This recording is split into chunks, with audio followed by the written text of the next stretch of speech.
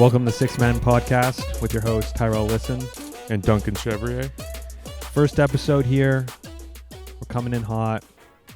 Last night was draft night. We'll get to that soon. A little bit of an introduction about the podcast here. We two guys living in Toronto, big Raptors fans. I've been a fan since like 97. I'm like 23, I'm 25. I wish I was 23. And basically, the Raptors have been around as long as I've been around, so they've always been there. Mm-hmm. The Vince Carter years, the dark ages of Andrea Bargnani, and so forth. Duncan, you're a bit of a newer fan. Yeah, I'm a more recent fan. I started watching the Raptors a couple years ago. Got into, obviously, the championship season and that. I played hockey most of my life, so I was a hockey fan. But then, I met Tyrell, and he brought me more into the basketball world. And now I'm a much bigger NBA fan and a huge Raptors fan. Yeah, it's a good time to be a Raptors fan right now. Lots of winning, great organization. And we'll definitely be talking about this on the podcast. One thing that we want to say, though, right off the hop is we're going to be different than a lot of your other podcasts out there. This isn't a general NBA show. We might talk about other players and organizations, but this is a Raptors podcast. This is for Raptors fans. And not just, any Raptors fans. The guys and girls that actually watch the games and are diehards like us. This is going to be unfiltered, raw. We might drop a few swears. Just be ready for that. So, we're going to have some hot takes too. We're not stats guys. We're not going to be going through the whole history of everything. We're knowledgeable, but we're going to have some hot takes. So hopefully you guys can handle that. Yeah, we're not coming from a journalist perspective. We're coming from fan perspective. We're going to say what we think and, what if there's problems, what we think those problems are, and what we think's good. Yeah, exactly. So that hopefully will make us stand out from the rest. Hope you guys enjoy. So let's get right into it. No bullshit. Last night, 2020 NBA draft, a little bit different. I want to talk about that first. Usually we are in a situation where it's like this big deal at the Barclays Center. You got all the top picks there with their family. It's a big production, a lot of media. This year, because of COVID-19, people are at home. They had those cool hat boxes with all 30 hats. Yeah. Before I give my thoughts on it, what were your thoughts on this draft compared to other ones? What did you think overall? Well, obviously, it was not as much of a big thing as it usually is, right? Usually it's like a big party and, everyone's excited and it's an arena full of people. Last night was definitely a little bit more awkward, a little bit not as exciting. And also with this draft, because of the NCAA not continuing with basketball last season, it was kind of hard to gauge where a lot of these players were going to be at as like compared to previous drafts. Yeah, and that's tough too because with everything being accelerated, like we're starting the season in just over a month here, a lot of these guys are going to have to just start playing soon. Everything's shorter. You don't have summer league. You don't have that time to really necessarily have as much time with the organization to learn the playbook. And some of these guys are expected to come in immediately and start being effective. And then they haven't been playing organized basketball in a long time because, like you said, no college ball, no March Madness, things like that. I will say one thing. It was awkward at times. Obviously these guys aren't tech guys, so some of the interviews after they got drafted were pretty rough. But one thing I'll say is it really focused more on the player. Like there was a lot of emotions, and that's good to see because usually they're swept up in what's going on. They don't really have a second to really digest it. They go up there, they shake the commissioner's hand, they get their hat, and then they're immediately bombarded by, everybody. You saw a lot of tears. You saw a lot of guys that were emotional. There's a lot of stories this year of, people's families and stuff like that and the tough times they've had. So that was good to see what the players are actually like. You get a good vibe. You kind of root more for these guys, even if they're not on your team. Yeah, it was a lot more unfiltered than previous ones. Yeah, exactly. So that was cool. But, there was a bunch of guys that you heard about before, James Wiseman, Anthony Edwards, LaMelo Ball, all those guys. Obviously, they went up at the top. We all knew that. But the Raptors here, we had a couple picks. We had 29th and the 59th, I believe. Mm-hmm. And we really want to focus on 29 today. There was a lot of things that we know going into this. We know that the Raptors traditionally draft well, especially in the Messiah era, Bobby Webster.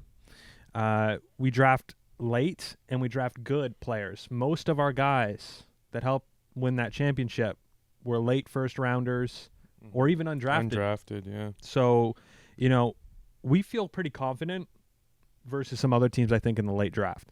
Well, yeah, and I feel like the Raptors usually focus on guys not that look hot right from the start, but people that can be brought in and developed really well and can suit the team and fit into the, kind of algorithm that makes Raptors basketball.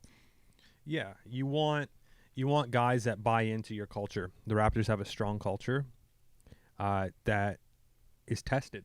They've won, so people know that once you become a Raptor, you kind of have to fit in with us, and that will lead you to some success. They like a lot of defensive, gritty guys, but Nick Nurse also likes a shooter. So obviously those are the two most important things, right? Like, you got to play good defense, you got to be a good shooter. That's how you become a good NBA player. So with that pick, going in, I was actually kind of looking to see if we could get a big. I think that we're thinning there. Obviously, Marc Gasol, older. We saw in this playoffs, like, still a great player. I love Marc Gasol, but we don't know. He struggled. He struggled a bit. He's old. Yeah, he's an old guy. He's got weak knees. Yeah, and then you have Serge Ibaka, who, is a great player. We have him on a great deal. He's a steal. He's, a 17-6 guy. He can get a double-double. He's regressed a little bit defensively, but he can make those plays. You can't really ask for a better player. Mm-hmm. But outside of that, you didn't really have a lot of other bigs. Like, we have Boucher, who I goddamn love. Good Canadian boy from Montreal. But mind you, he just doesn't have the weight to throw around with these other guys in the league. Like, he can't. You saw it last year in the playoffs with Daniel Tice. With Boucher, he was fighting hard, but it's just the weight class is so different that it wasn't really working that well. He's an energy guy too. Like, he'll come out and sometimes give you big minutes where he'll get a lot of points and rebounds, but then there's other games where he can't. So he's not necessarily a reliable player, but he's good for what he offers. But again, with that thinning, with Marc Gasol potentially not coming back, with Serge Ibaka maybe walking away, I think you needed to look at, a 6'9" guy to slot beside Pascal Siakam there if you slot him in at the 4. Somebody who can get boards, is a decent shooter, has good defensive motor, and can kind of go out there. But we didn't do that. No, we went with the exact opposite. Malachi Flynn was drafted, a 6'1" guard. And, there's a lot that we can unpack here. So, first of all, he's older. He's 22. 6'1", like I said, 185 pounds. He played the last 2 years in San Diego State. We like our San Diego guys. Kawhi Leonard was also a San Diego guy. But he was a red shirt for that first year. So really, there's that as well. But he's a 4-year college player. And his 2019-2020 stats were 17.6 points a game, 5.1 assists. And his three-point shot was at a clip of 37.3. Another thing to note, too, though, is that he was the Mountain West Player of the Year and the Defensive Player of the Year as well. Good accolades, I'd say. Yeah, he seems pretty good. But it also plays to the fact, what do we need as a team? Yeah. Should we have picked a center that we can develop into a role to support Serge more? Mm-hmm. Or should we be looking at a guy who can shoot the ball well, Yeah. But one thing I will say about Malachi, Children of the Corn Flynn, is that looking at his post percentage and, like, what he gets around the net, he does have some pretty good percentages. Yeah. He's over 50%, even for a small guy down at the post. Yeah, exactly. I watched a lot of this guy's film, so I got some insights there, but another thing I want to say, just to round it out for people who don't know more about him, he actually started at Washington State University. He's from Tacoma originally. So he stayed home. He played 2 seasons there. And that's mainly because he didn't get a lot of interest. He wasn't really a top recruit. After those 2 years, he used that to lead on into ultimately a better program at San Diego. And Bobby Webster said this upon drafting him. He's a modern NBA point guard. At least the modern NBA point guard that the Raptors like. They're undersized guards. Kyle Lowry, undersized guard. Fred VanVleet, undersized guard. I have a list of pros here. He's seasoned. He's played 4 years. That might be good for a team like us. We don't necessarily need to develop a bunch of new talent. We are already developing talent. So, having somebody that's a little further along might be good. He was definitely more polished than some of the other guards around that range, right? And one of the key things is that he's a very good pick and roll ball handler, which Fred VanVleet is not. Yeah. So, and that's fine when he plays with Lowry. You can kind of get away with that. But when you're thinking about your third string or your second string guard that comes on when those guys are sitting down, you need a good ball handler. And we kind of lack that a little bit. Terrence Davis doesn't really have a great handle on leading the offense. He's more of a combo type guard. Yeah. So, I think that's important, having a good pick and roll defender, a good pick and roll passer. As far as this season goes, Lowry, you're guessing is probably going to be staying with us. Oh, yeah. Fred VanVleet, most likely going to be staying with us. Yeah. And so with drafting this new guard, where does that throw Matt Thomas into the mix? Right. Yeah, Matt Thomas, interesting prospect. I thought he should have probably got a little bit more minutes last year, especially during the regular season, mainly because there wasn't really much to prove for us in the regular season. We know we were going to be in the playoffs. We knew we would have been competitive. So I would have liked to see Matt Thomas get some more reps. With him, he's pretty small, and he's not a great defender, but he showed energy on the defensive end, especially in the playoffs when he got minutes, which I felt, again, were too late. I understand that he's not a great defender, and we really thrive off the defensiveness, but, we really needed offense a lot of times, and you have to guard that guy. Yeah. Mr. 99%. He can shoot the ball he's got ice in his veins. Yeah, exactly. There's no other way to say it. I don't know where that puts him, though. Maybe in an okay spot, because I don't know if you're going to see Malachi Flynn in the 2 spot. So, and early in the season, Matt Thomas probably is going to get a little bit more reps as well. So, I'm not really worried about it, but I think it's important that we try to develop Matt Thomas as well. Well, yeah, and last year, from the beginning of the season to the end, and obviously it was really fucked up with the COVID thing and, with the huge break in the middle. But the more the year went on, he's a hardworking guy. So the better his defense got throughout the year, the more he worked on it, the better he played on defense. Yeah. So, if he continues to be developed, gets more minutes, gets more practice, guarding these other guys in the NBA, then, he could potentially become a much better defender. All you need him to do is stand in front of his man and put effort in. There's tons of players in his mold that have been successful in NBA.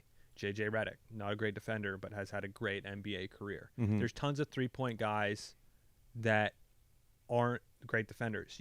Matt Thomas just needs to continue working on being energetic. That's all you can ask for. Give energy on the defensive end as well. A couple other things to note. Obviously, he won Defensive Player of the Year. So there's 2 ways you can look at this. He's undersized, and he doesn't have the great wingspan, so that might be difficult, but he has the intangibles to be a good defender. And you know what? It's hard to say, because it's you could have said the same thing about Fred VanVleet or Kyle Lowry. Yeah. Fred's turned out to be a pretty solid defender, and Kyle Lowry, I think, is one of the best defenders in the league at the guard position, and he's undersized too. So he has the intangibles there to be good. So let's see if he can do that, and he can shoot the 3 at a decent clip. We need more 3-point shooting. We need more consistent 3-point shooting. For sure. That was definitely clear in the postseason last year. Right. Our 3-point shooting was not as on as it should have been. Well, exactly. The fear, though, again, an undersized guard, and there's going to be a ton of people that come at me. Already has been. Yeah. We haven't even first episode. People are already fighting us about this. Yeah, on Twitter, that the Raptors won a championship with undersized guards. My criticism of undersized isn't of undersized guards. It's that I think we needed a big man because we struggle with our length. 2 of the top teams that we have to go against on a regular basis to get to the finals is Miami and Boston. We played Boston in a 7-game series and lost, and I think a large part of that was to do to our size. Fred VanVleet got clobbered by larger defenders.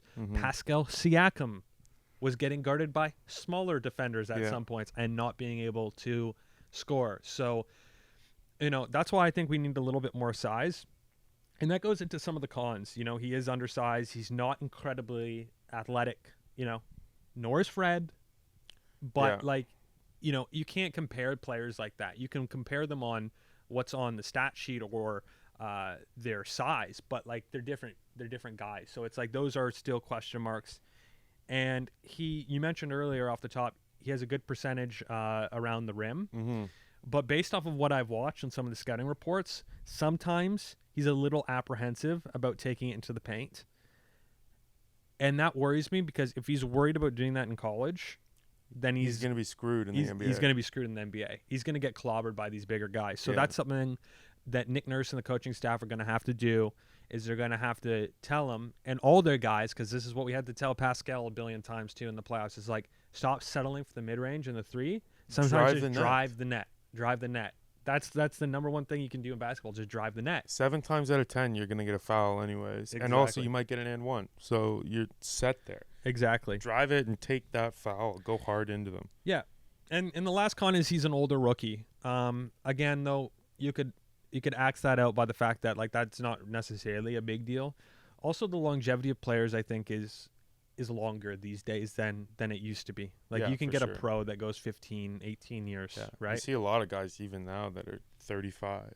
Exactly. Kyle Lowry's not that young, but he's still an all-star, and he's playing some of the best basketball of his life. Oh, yeah. He still definitely shines as the best player on the team. Exactly.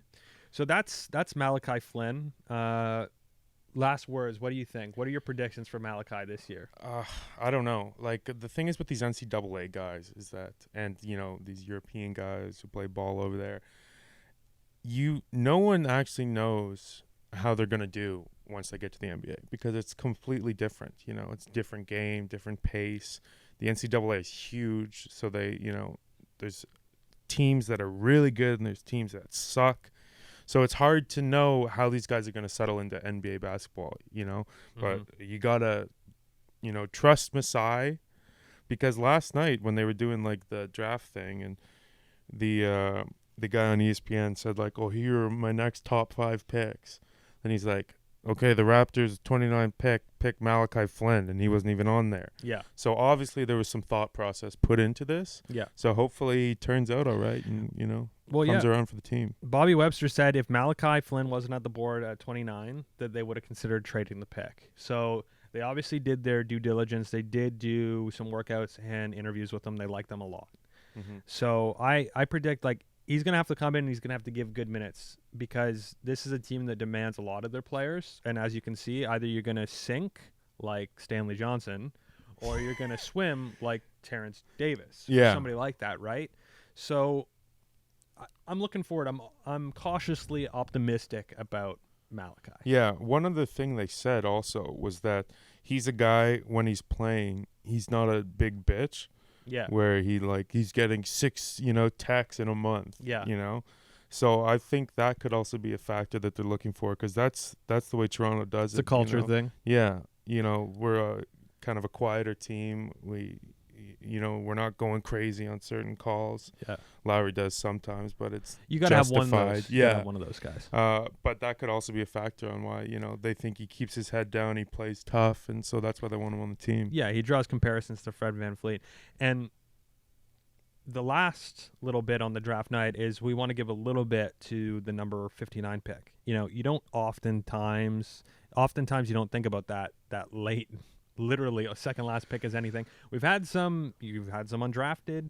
You had Isaiah Thomas a few years come at 60 and put a good career together. Mm-hmm. So the Raptors had the 59th pick and they selected University of Nevada guard Jalen Harris. And he's a 6'5" guard that averaged 21 points, 6 rebounds, and almost 4 assists on 44% shooting from the field and 36% from 3 last year with Nevada. Similar in a lot of ways to Malachi, he was a 3-star recruit in the 2016 draft class, and he broke his back in high school. So he was a little bit limited. He started at Louisiana Tech on a scholarship, and after 2 seasons, at 22 years old, he transferred to Nevada, and that's when he started catching attention from scouts. And, he's had to grind his way up, and that's what he thinks gives him the leg up over the competition, that he's had to overcome a lot of the trials and tribulations, similar to people like Fred VanVleet, that had to do that. So, I don't expect a lot from him. I see a lot of development league, but that's not a bad thing. We have a great development team.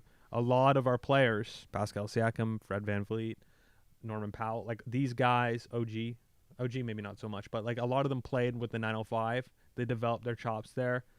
O'Shea Brissett, people like that, and come up and help us in small minute bursts. Yeah, guy's got a big time basketball name.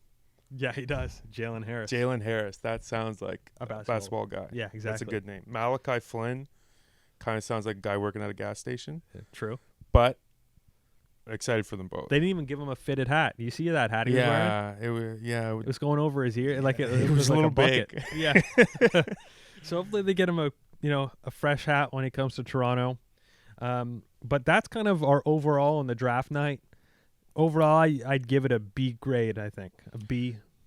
Yeah, it wasn't super exciting, but we kind of knew it wasn't going to be crazy exciting when you're coming in with like the 29th pick. Exactly. So, you kind of wait and see what happens. Yeah. So what do we got next? I think we should get into what's going to happen next season with the Raptors as far as where are they going to play. True. So there's been lots of talks because of the coronavirus and everything. The NBA kind of, family wants them to play in the States because it'll be easier and stuff like that. But Masai has made it pretty clear and the fans have made it pretty clear that they want to play, in Toronto at the Scotiabank Arena. Yeah. It's tough. Yeah, it's hard. And also because, stuff changes with this all the time. So it's hard to know what's going to happen. Yeah. Like, what I'll say is I want them to play at home. I know you're probably not going to have a lot of fans in the arena. If some cities will, some won't, just depending on the state they're in. To be honest, America doesn't take COVID seriously, and that's why they're in the situation they're in. It's not very good. I actually thought they'd probably do another bubble, but they're kind of following the more NFL, MLB model of actually putting them back in their stadiums. So, I guess you take out the fan element. It doesn't really matter where they play. But for a pride standpoint, I want them to play at home. Yeah, for sure. It's like a familiar place. We are a good road team, but I think it's not fair, honestly. And it's not fair that we're being penalized. We're being penalized because we're actually taking it seriously. Yeah. So, we have a lot of things around the vaccine and stuff like that. So, is it possible by the time the playoffs roll around that you might see some fans in the arenas? It's possible. It is very possible. We hope so. But I want them to play at home. I don't want them to play in Buffalo. I don't want them Tampa, Nashville. I don't want them to play anywhere but Toronto. Well, yeah, and it just goes to the fact that, these are billion-dollar, teams. Yeah. They're billion-dollar corporations. How is there not a way to figure out where they can, cross the border? Mm-hmm. Like, how is it different flying from L.A. to, Dallas as compared flying from Boston to Toronto? Yeah. Like, why is that such an issue that the Raptors can't play in the Scotiabank Arena? I know our government's a lot more strict, so we put a proposal in front of them, so we'll see what they say. One thing that was interesting that JJ Redick noted on his podcast is that, it's going to be hard to ask people to behave, which is stupid. You're grown-ass men. But, he's like, guys are going to go to a city, and then if you tell them just to stay in the hotel, they're not going to do it. They're going to go out, and they're going to get dinner and stuff like that. Oh, yeah, like James Harden strip club guy. Yeah, or Lou Williams. Yeah, big time. There's lots of big-time strip club guys. Yeah, exactly. So it's you'd think that these grown-ass men would actually be like, okay, I have a job to do, so if you ask me to stay for one night in a hotel, I'll do it. Yeah. But, yeah, I don't see why it's an issue. Americans are coming in every day to work, so it's these guys are getting tested more than anybody else. They're probably getting tested daily. So a couple times a day. Yeah, let them in, let them play, or do homestands. I know they're not going to do that, but Yeah. like that would have made sense too. Mm-hmm. Like, the thing is that I'm worried about is what are people going to do with load management days if they can't go to strip clubs? Yeah. Because that, you got to keep team morale up. Yeah. Got to keep everyone happy. If you're taking a load management day, what are you supposed to do? You bring the strippers in-house. We need coronavirus strippers. Yeah. You fire the cheerleader squads and you bring in strippers. Squads. It would actually be good for morale, I think. Yeah. Especially James Harden. Kawhi Leonard got caught Kawhi too. Leonard. There you go. One of our old boy. Yep. Taking load management day, going to the rips. Yeah, exactly. So let us know what you guys think listening out there. What do you think? Do you care? We ran a bit of a poll, and a lot of people wanted the Raptors to play at home, and I don't blame them. Why? You don't want your team somewhere else because it's like it's not their team. It's our team, so we want them here in Toronto. It's our only team, too. Yeah. It's the only NBA basketball team in Canada. We want the boys here. Fuck it, let's bring the Grizzlies back to Vancouver. Yeah, and we'll call it a I'd day. like to see Montreal team too. I think that'd be dope. Might as well. Boucher, team captain. Oh yeah. So what else do we got? We got some other free agent stuff to wrap up, right? Yeah. Let's just kind of go through what you think about, like, say the first 3 picks of last night. Number 1 draft. Oh, number 1 draft pick. Okay, sure. Anthony Edwards. Yeah. Well, he came out and made that statement. He's a football guy. He's a football guy. He doesn't watch basketball. He'd drop it in a second to go play football if he got drafted because, and this was his rationale, you can do anything on the field. You can make rude gestures and you don't get fined like you do in the NBA. I don't know who this guy's PR guy is. He's bad. But it's fucking stupid. It's Why really would you bad. say that a day before the draft? Like, obviously, it didn't end up doing anything because he still went number 1 overall. But, like, listen, character is important. And saying stuff like that doesn't give me high hopes that he's going to be good. Also, you got to actually love the game to be good at it. You don't get to be LeBron James if you don't love the game. Like, you don't even get to be Rajon Rondo if you don't love the game. Like, Rondo is a good player, definitely a really good player, all-star player, but he worked for it. Kyle Lowry worked for it. Like, a lot of these guys are gifted, but you still, when you get to the NBA, you have to really work for it. You know what I mean? So is he going to be Andrew Wiggins or is he going to be, LeBron James? In terms of that mindset, he's going to disappear a lot. I don't know. Minnesota doesn't have a great track record, in my opinion, with guys. It's a mental thing too. Like I don't really like it. Yeah, I don't know. Yeah, I just think that is like the dumbest thing you could do. Come out and say, "Oh, I want to play football." Like that's. I also don't think he's the best pick. Like I actually don't think he's the best player. Who would you go number 1? If I'm Minnesota? Yeah. Probably LaMelo Ball. He looked like he thought he was gonna go number 1. Well, yeah. He had his headphones on. He probably didn't want to play in Minnesota. Well, who would? Exactly. No offense to Minnesota, but I've been to Minnesota. It's cold as shit there. In the airport. It's more north than Toronto. Yeah, I know. So that's the thing I don't understand. There's a lot of players that don't want to play in Toronto because it's cold. Well, it's cold and it's a different country. Yeah. But you play in places like Minnesota. Where it's farther north. Yeah, exactly. It just doesn't make sense to me. Exactly. Who do we got at number 2 again? James Wiseman. James Wiseman, Warriors, right? Yep. So I like the pick. Big guy. He'll slot in well. I think he's ready to be a good pro. I like his attitude. Is this the Flowers guy? Maybe. I forget. There was a guy last night who was his mom owns a flower business or something, and he was like, if anyone on the team needs help with flowers, I'll be your guy. Yeah. I like that. Yeah, this guy looks good. I think the Warriors are good. The Warriors could really do anything they wanted. They're already a good team. Obviously, we don't know what's going to happen with Klay Thompson now after yesterday's news of a potential Achilles injury.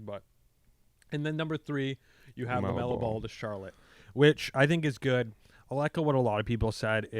It's, I think it's better for him to go to a team that's a small market because he doesn't need the bright light shining on him.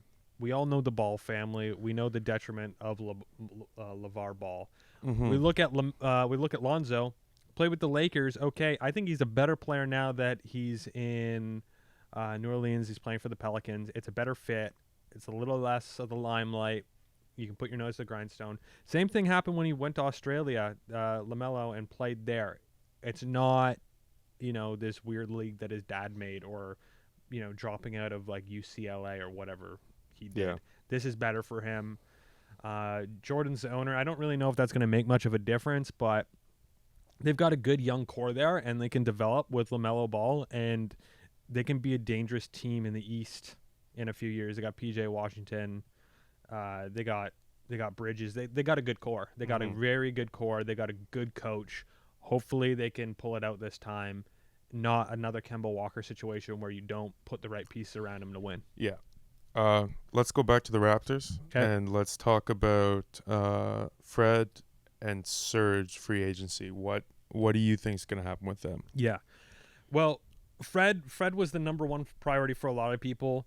Makes sense. One of our lead players got one MVP vote. He's one of our leaders, like Fred. He had a lot of suitors, but in the last few days, a lot of those suitors have gone on and made other moves. And that's probably because I think the general understanding is that while Fred's trying to get his money, he's trying to get that bag, which is fair. I think a lot of people know he's going to stay in Toronto. So Detroit made moves. A lot of these teams made moves. The only team that is left is the Knicks, and they could offer a big bag. They could throw a bag at him. Yeah. I don't know if I would if I was them. I think they need to spend the time and develop. Like they got Obi Toppin last night. They got RJ Barrett. They've got Kevin Knox. They've got assets that they can trade around. They might try to go land Westbrook, which would be a stupid move, but I don't know. Well, they're historically really stupid. Well, yeah. They have a new management team there. Yeah. With Leon Rose and stuff. I don't know if I like the Thibodeau coaching hire, but like he's going to make the players work. That's good. So what that means for Fred, I think, is what people feared at 22 to 25 million a year, which I think was a bit too high. You can now maybe get him in the 18 range, 4 a year, 18 a year range. Yeah. Which is a little bit better because there's no doubt that this guy is a fringe all-star. He could be an all-star this year. He fits our culture well. He's won a championship with us. I'm big on the loyalty aspect, but I don't want to lock us up for 2021 where we can't move him or it impedes our ability to sign another max guy, right? So I think this is good. We get him for 18. We end it. Yeah. What do you think about it? Yeah, I definitely agree with everything there. Like his options have definitely kind of closed out the past couple days. So we'll see what happens, but ultimately I would predict that he's going to stay and we can probably get him for a little bit cheap price like what you said. Serge. Yeah, Serge is an interesting one. I think now, based off of last night's draft too, it's really important we re-sign Serge Ibaka. Now, I want to talk about some bullshit I've been seeing online. A lot of people are like, oh, he's going to go to the Lakers. The Lakers want him. Yeah. The Lakers don't have the money for him. A. B. A lot of people in Laker Nation think they're top shit because they live in LA. But listen, LA doesn't really offer Serge a whole lot more than what he's already doing. Okay? He's still going to Paris Fashion Week. He's still launching all of his brands. He's got great shows. Toronto is an international city. It's a multicultural city. And another thing is, it's not the States. I know a lot of people are going to be like, oh, the States is the best. The States isn't the best, especially right now. Yeah. Toronto is a better place to be. He has every opportunity to succeed here. He can hang out in L.A. in the offseason if he wants. L.A. doesn't have the money for him. And then the other team is the Nets, apparently, because he's got that relationship with Kevin Durant. The Nets have been trying to go for him. Again, I think the Nets is a better spot than L.A. for him, but they don't really offer anything more than Toronto does. Another thing is Serge has been very vocally supportive and loving of Toronto. Yeah. He doesn't have to do that. No. But he does. He likes Toronto a lot. Yeah. I think he likes our front office. He's liked what we've given him. We've given him a championship. For sure. We've given him probably the best years of his career. So I think what we do is we give him a 1-year deal and we give him a big bag because that allows us to go into next offseason and really have flexibility. He'll understand that. He'll get a huge amount of money for 1 year, and then we can maybe re-sign him, maybe let him walk. I think he does it 1 year. Yeah. Well, and the other thing is about the LA trade is that do you want to, be a superstar, of the only Canadian team, Yeah. or do you want to go live in LeBron's shadow out in LA, Yeah. which is the other option, which I'm guessing a lot of people would not want to do because when you play on that team, if the team wins, it's LeBron. Yeah. If the team loses, it's not LeBron. It's that he else. wasn't supported. So you, as a player, you wouldn't really think that, you would want to go play in LA compared to Toronto. Especially he's well suited to the team and he fits into the algorithm well. Well, and people were saying there was talks about trade with Dwight Howard. Yeah. Which they're kind of similar salary wise. Yeah. But Dwight Howard can't shoot the ball to save himself. Like, he is aggressive. Mm-hmm. But he cannot shoot at all. Whereas like Serge, sometimes he really thrives on mid range and 3-point. Yeah. Not Dirk. Dwight doesn't really fit in with our culture. He's notoriously drama inducing. Yeah. He's bounced around a lot. He's a shell of his former self. Yes, he's had a good year in LA, but I think that's because, LeBron commands the respect of all his guys. So some of the problem guys like J.R. Smith and stuff play decent under him because it's LeBron James. I think you put Dwight in a Toronto situation and he won't even be able to do what he did. And he doesn't replace Serge for what we need, which is a guy who's relatively mobile, can shoot the three. Serge is also good for our young players. Yeah. He's a good, veteran. He's a good vet. He's got a good relationship with the guys. I think it makes more sense to go for that. I don't like that trade. I don't think the Raptors would do it. I don't think they're going to do it either. Ultimately, what I predict is that we see Fred stay, we see Serge stay. We got this new guy, Malachi, and that other guy, Jalen Harris. Yeah. And we'll just kind of see where we can develop it from there.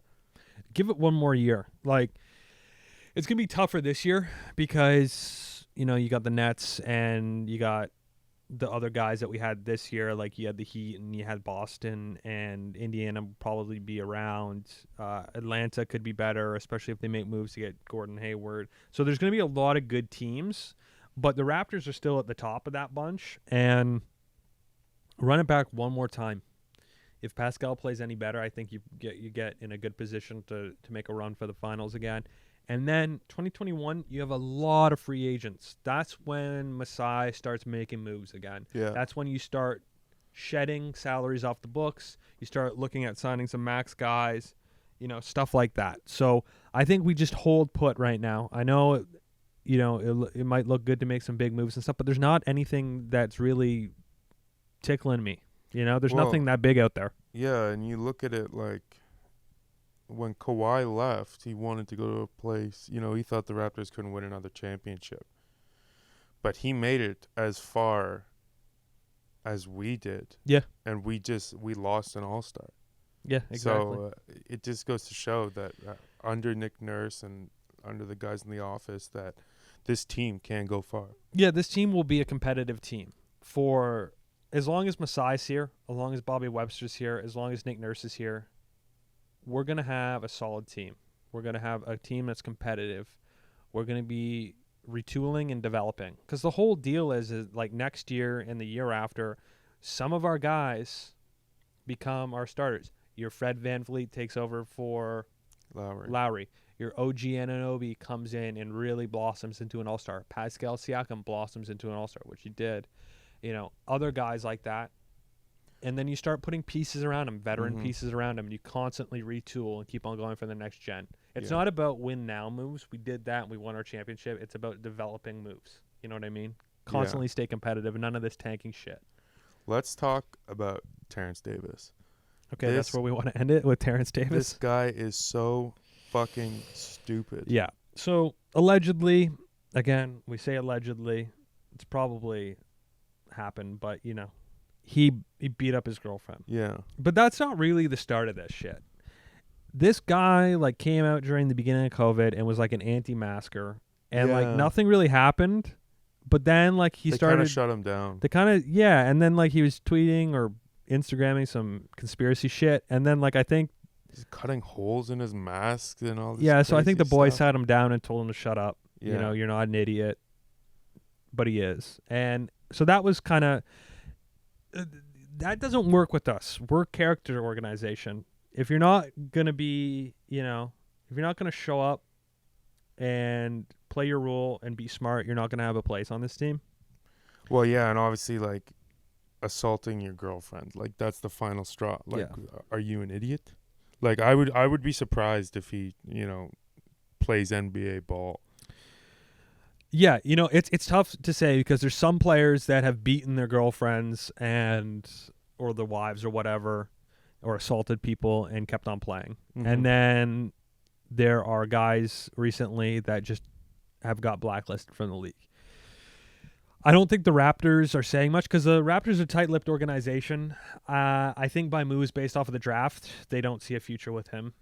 So I think they'll probably quietly get rid of him. Yeah.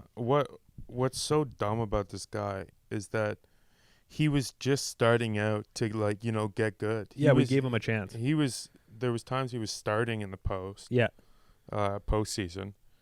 He was starting to shine, and then you do something like this, which most likely is going to end your career. Like, it's just really stupid. Yeah, I don't think another team will give you that kind of opportunity to compete at the highest level and actually get some meaningful minutes. No, let alone ever being in the league again. So Terrence Davis, you fucked up.